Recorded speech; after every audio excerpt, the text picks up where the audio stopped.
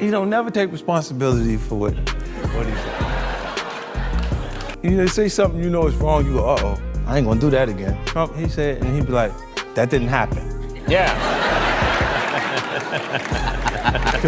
Just delete it. Just delete it. Like Kanye will compare himself to like Steve Jobs, Picasso. Yeah. I think this is a big part of you building like your self-esteem. It's just built astronomically high. Like, Yeah, he's doing the same thing as... Yeah, Trump. Yeah. It's the same thing. It comes from like that portion of your career where no one actually believes in it. And you have to have so much confidence for it to continue to exist. It comes from like when you're advertising universities that don't exist. Like things like that. You don't think Kanye would make a great president? That's a lot of responsibility. You know what I'm saying? Like, yeah. It's the same thing with Trump. Like, It's really no difference between Kanye running or Trump running is what you're pretty much saying. I am saying that. Yeah, okay. In Bizarro world, the President of the United States is no longer even trying to justify random foreign aid or blatant cryptocurrency corruption or let them eat cake optics. All because he loves us, he claims it's America first. And it creates moments of such blatant irony that words almost fail. Do you know what some of the billions going to Argentina are being used for in the midst of what may be a burgeoning hunger crisis in America? President Donald Trump buying beef from Argentina. Beef? What the f***? Trump is for you, Argentinian beef cattle ranchers. Did you think you were American cattle ranchers? No, you're they, them. They're you and you're they, along with the people on food stamps who will not be able to partake in this new Argentinian beef glut. Wrap your head around that. We live in Bizarro world. And Donald Trump is here. Still.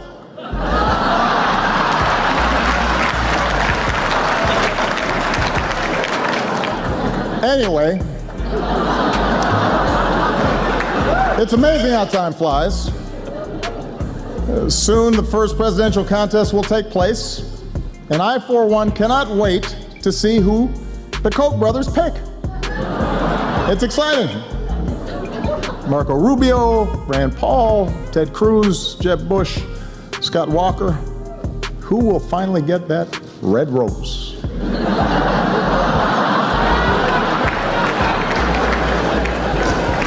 The winner gets a $1 billion war chest. The runner-up gets to be the Bachelor on the next season of The Bachelor. I mean, seriously, $1 billion from just two guys. Is it just me, or does that feel a little excessive? I mean, it's almost insulting to the candidates. The Koch brothers think they need to spend $1 billion to get folks to like one of these people. It's got to hurt their feelings a little bit. And look, I know I've raised a lot of money too, but in all fairness, my middle name is Hussein. What's their excuse?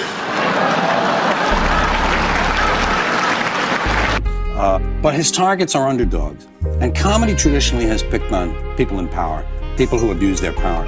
Women and gays and immigrants are kind of, to my way of thinking, underdogs. Why does he get away with it, do you think, then? Well, we have never laughed at jokes about the Well, poor. he's appealing, I think he's appealing largely. I think his core audience are young white males who are threatened by these groups. I think a lot of these guys aren't sure their manhood because that's a problem when you're going in through adolescence. And the women who assert themselves and are competent are a threat to these men. And so are immigrants in terms of jobs. And I think that's what is at the core of that experience that takes place in these arenas. There's a certain, a sharing of anger and rage. Nutty. There's nothing nuttier than the plaques underneath the president's That's insane. names. That's insane. Shane and I were just reading them the other day. It's insane. How is this real? It doesn't feel real. And you're just like... How are you allowed to do that? In the White House, you can just probably, as president, do what you want in the White House. Turns out you obviously can. Yeah. But nobody ever did it before. Those are going to get taken down. No, they'll be up forever. I don't think so. They're going to leave it like that forever. No fucking way. Yeah, like a museum piece. It's so crazy. They should have like the Trump wing. This is what happened when he was president. Look at this fucking lunatic. The auto pen photo of Joe Biden. And what's written there is crazy. Crazy. This is it should widely considered the worst president of all. What are you talking talking about? And under Reagan, it's like Reagan liked Trump, and Trump liked him too. Trump was a fan of Reagan. What? Why is that relevant? Reagan was a fan of Trump. What? It's guys, nuts, crazy. But you can't just let someone just fucking fully swim in it like that. Well, he's also losing it too. You can tell. Well, I think everybody does when you get to a certain age. Yeah, right? Yeah, of course. I mean, the guy's about to be 80, right? Right. So. There's nothing. Only to say that I love my country, and but I don't at this time recognize my country. My worldview is equal, united, international. So anything, anywhere that divides or, of course, limits personal expressions and freedoms and from anyone, I think is very dangerous. I think these are such serious times that we have to be careful not to say things casually. So I'll be careful during a press conference, but to say that, of course, like all of you and everyone watching, and these are very, very heavy times. You have a platform. There's a president that he knows that I'm never supporting him and stuff like that. I try to give people a warning, and it's like, it is what it is. Like, it's like, people thought it was funny. People made fun of my accent. People made fun of my speech. People forgot this. People this, and that. And it's like, y'all gonna see what's funny. Shit ain't funny right now, isn't it? Shit is really tough out here. It's really tough out here. Like, shit is really rough out here for everybody. You know what I'm saying? I try to warn ya. Trump don't fuck with me, so it's like, what can I do to help y'all? I can't do nothing. My hands is in my ass, deep in it. America is in a very bad place. I routinely characterize him as a self-serving gas bag. That's an American expression, meaning you won't shut up. I think we get the idea. I've had conversations with him. He's a great self-promoter. That's what he does. He's built that brand. I don't think that's, for me as a voter, I don't think that suggests great leadership or great vision. I think he's selling us, the public, what he thinks a segment of us want to hear, almost like he's promoting next week's wrestling match, and pushing buttons. That's demagoguery, right? So, Bankers and I worked out a terrific deal that allows me to come out stronger than ever. I see the deal as a great victory. Eventually, the rest of the world will too. Being on the verge of bankruptcy, being bailed out by the bank. Well, you don't have to say skating on thin ice and almost drowning. That's a businessman to be admired. You say on the verge of bankruptcy, Barbara, and you talk on the verge, and you listen to what people are saying. I talk to your bankers. Well, that's fine. And what do they say? I mean, depending on which banker you're talking to, what do they say? The only way you even have a chance is by selling that property out there totally, the plaza. Well, I don't know what the bankers have said. The plaza is a very valuable property. Everybody told me, oh, you paid too much, you paid too much. Now they're all saying what a great deal he made on the plaza. You write in your book. The 2020 election and everything that has flowed from it pissed you off.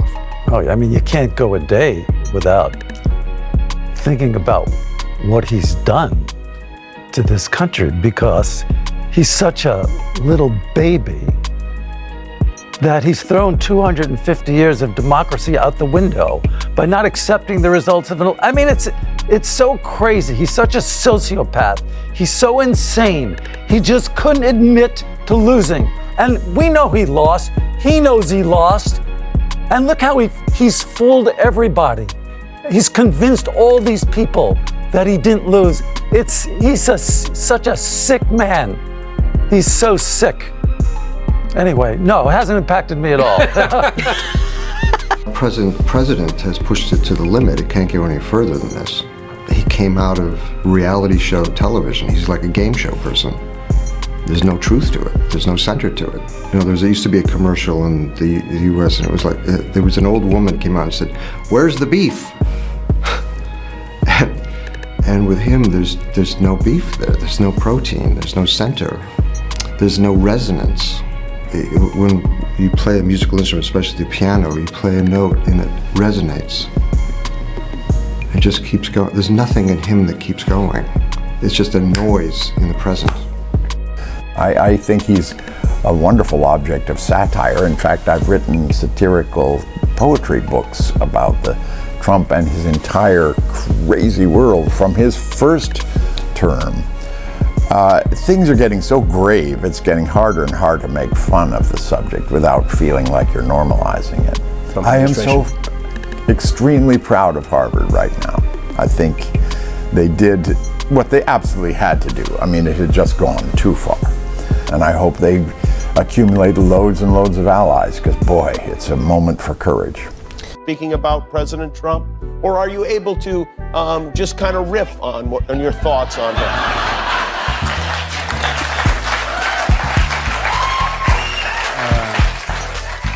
Yeah, he's so stupid.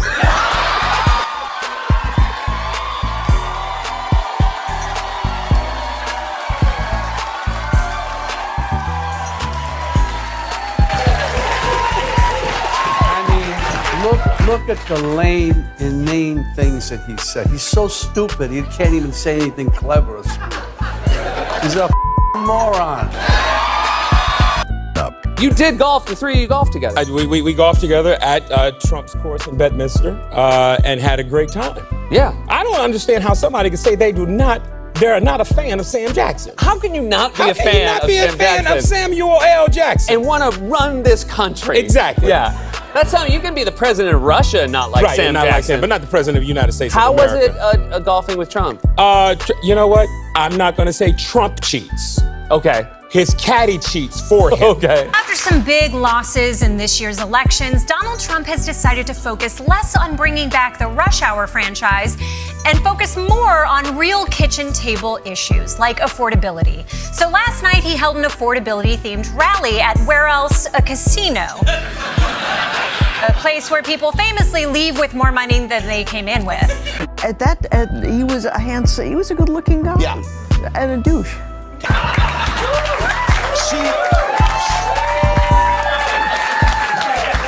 Listen, she wears this Free Melania sweater with some authority here. Picked you up. Yes, he was wearing a three-piece burgundy suit and burgundy patent leather loafers. Wow. And in a burgundy limousine. All color coordinated. And was there chemistry on the date? No, I was home very early. You were home very early.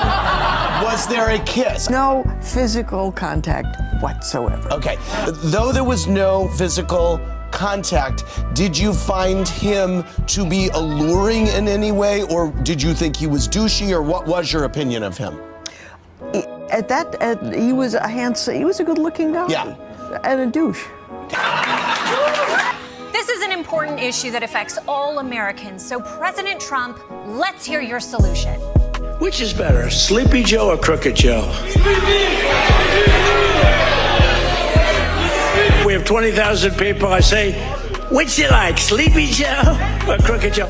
Typically, Crooked Joe wins. I'm surprised, because to me, he's a sleepy son of a bitch, you know? Dude, get over Joe Biden already. It's like if Mike Tyson was still showing up at Evander Holyfield's house trying to bite his other ear. Not for nothing, Joe Biden is retired now. He's allowed to be sleepy. What's your excuse?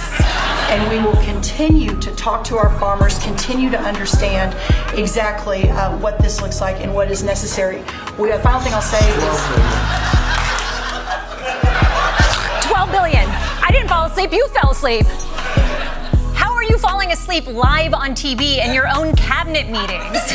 Out of the way, then it was time to finally talk affordability. Let me tell you, black people love Trump. I got the biggest vote. I got the biggest vote with black people. They know a scam better than anybody. They know what it is to be scammed.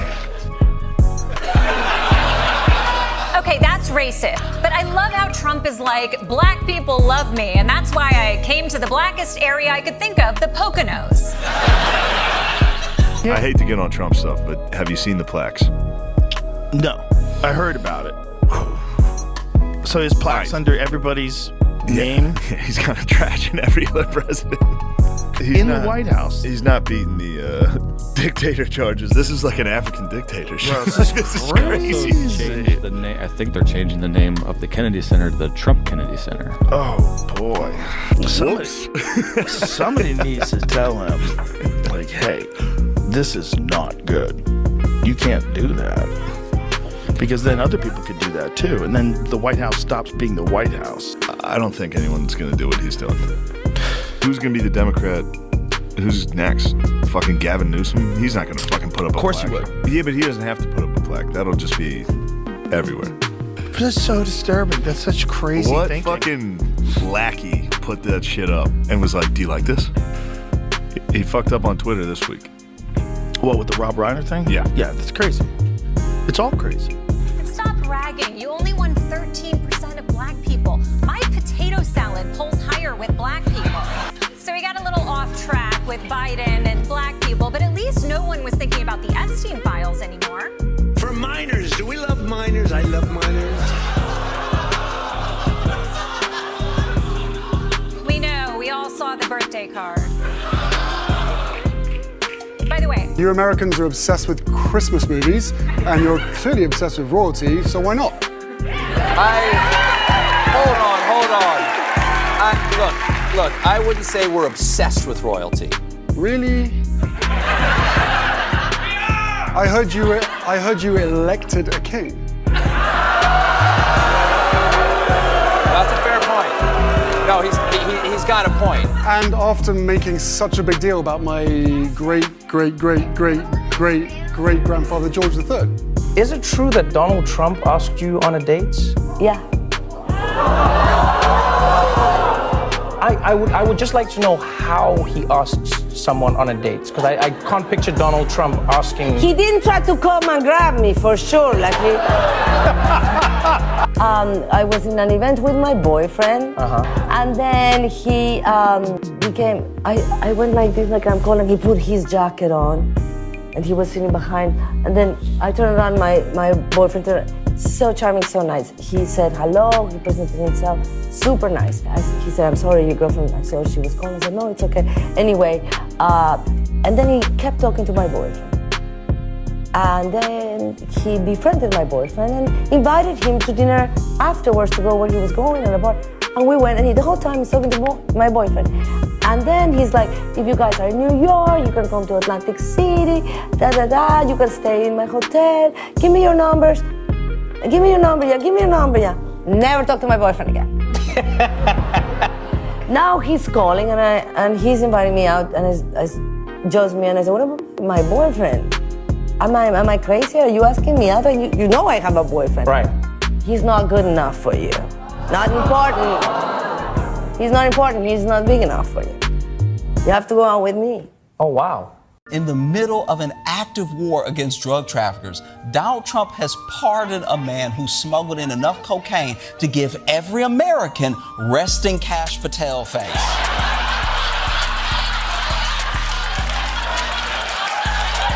It's confusing to say the least, but if I know Donald Trump, he'll have a very coherent and well thought out explanation for this pardon. You've made so clear how you want to keep drugs out of the U.S. Right. Can you explain more about why you would pardon a notorious drug trafficker? Well, I don't know who you're talking about. You know you've been pardoning too many people when you're like, I'm sorry, which notorious drug lord are we talking about? At least give me the first letter or we'll be here all night. It's wild how Trump always talks to the media like he's in court. He's like, I don't know who you're talking about. I wasn't there. I'm not even here. But after they reminded Trump who this guy was, he did have some semblance of an explanation. Well, you take a look. I mean, they could say that you take any country you want. If somebody sells drugs in that country, that doesn't mean you arrest the president and put him in jail for the rest of his life. And that includes this country, okay? To be honest, I mean, if somebody does something wrong, do you put the president of the country in jail?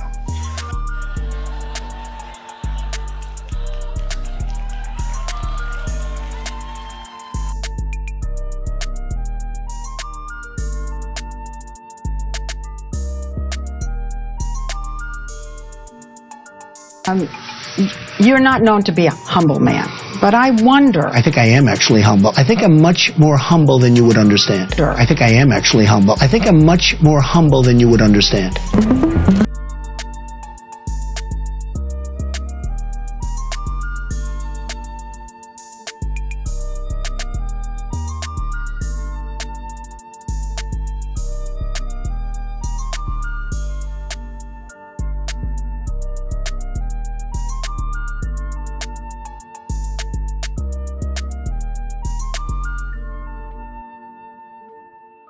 China has total respect for Donald Trump and for Donald Trump's very, very large brain.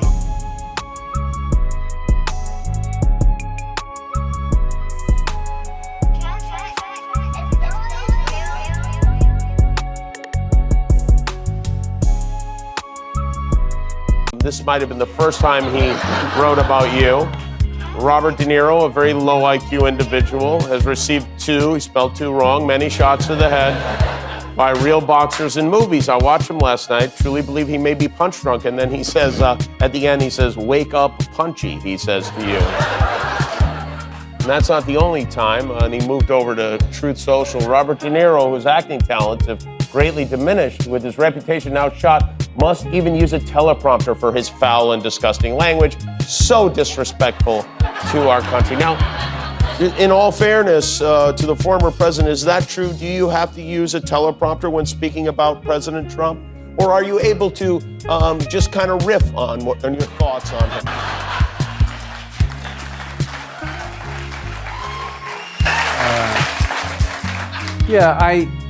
He's so stupid.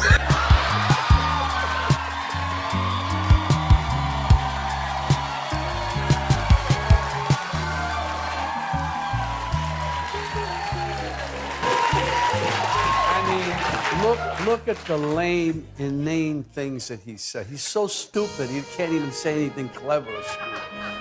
He's a moron.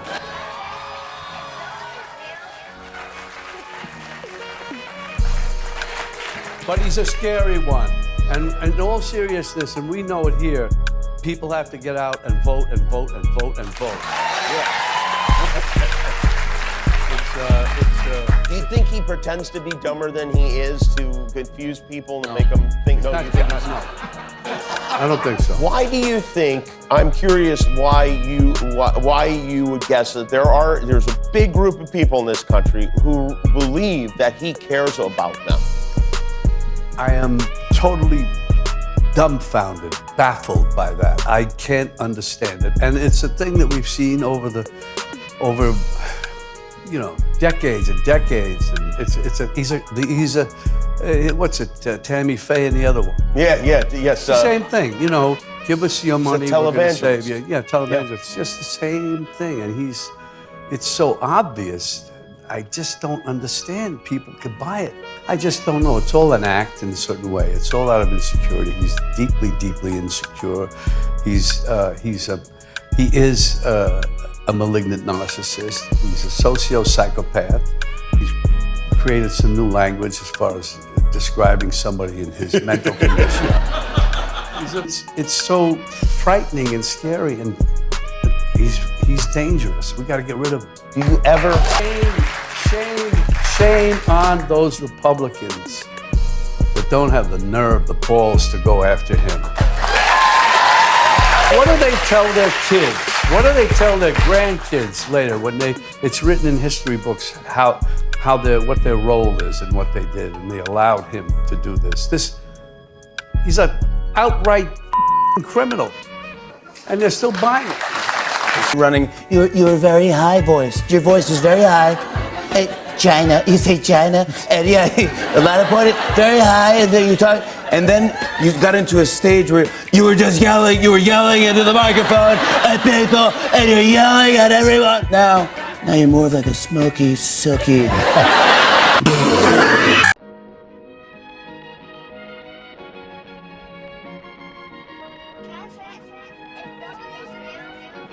Trump does not understand anything about humanity, people. He has no empathy. I don't know what he is, but he's an alien. He wants to hurt this country. It's something deeply psychological in him. He wants to hurt people. He wants to hurt this country. He doesn't care. And what saddens me the most, upsets me the most, is that people follow him and they think and they kiss his ass and they look up to him. And I don't understand it. I don't understand the people in his cabinet, some of them, Rubio, other one, how they can live with themselves. Trump does not understand anything about humanity. Most of my friends were sponsors on this boat, and Trump, who wanted to be on the boat, said, I want to be on the boat. Let me give you some sponsorship money. I said, sure, these things are expensive. So I took the sponsorship money. He made me make his name bigger, and then he stiffed me on the money. Oh, is that right? Well, that doesn't sound like him at all. Shocker. How much does he owe you? Do you remember? Oh, boy, with interest. You should sue him. Take him to Judge Judy or something like that. That would be fun. Now, that's a good idea. Judge Judy will bring him out. Service agent. I'd be. Okay. But luckily, I didn't become a Secret Service agent. I'd be having to protect Donald Trump right now, and that just wouldn't sit well. No, you would have a very big job right now to do.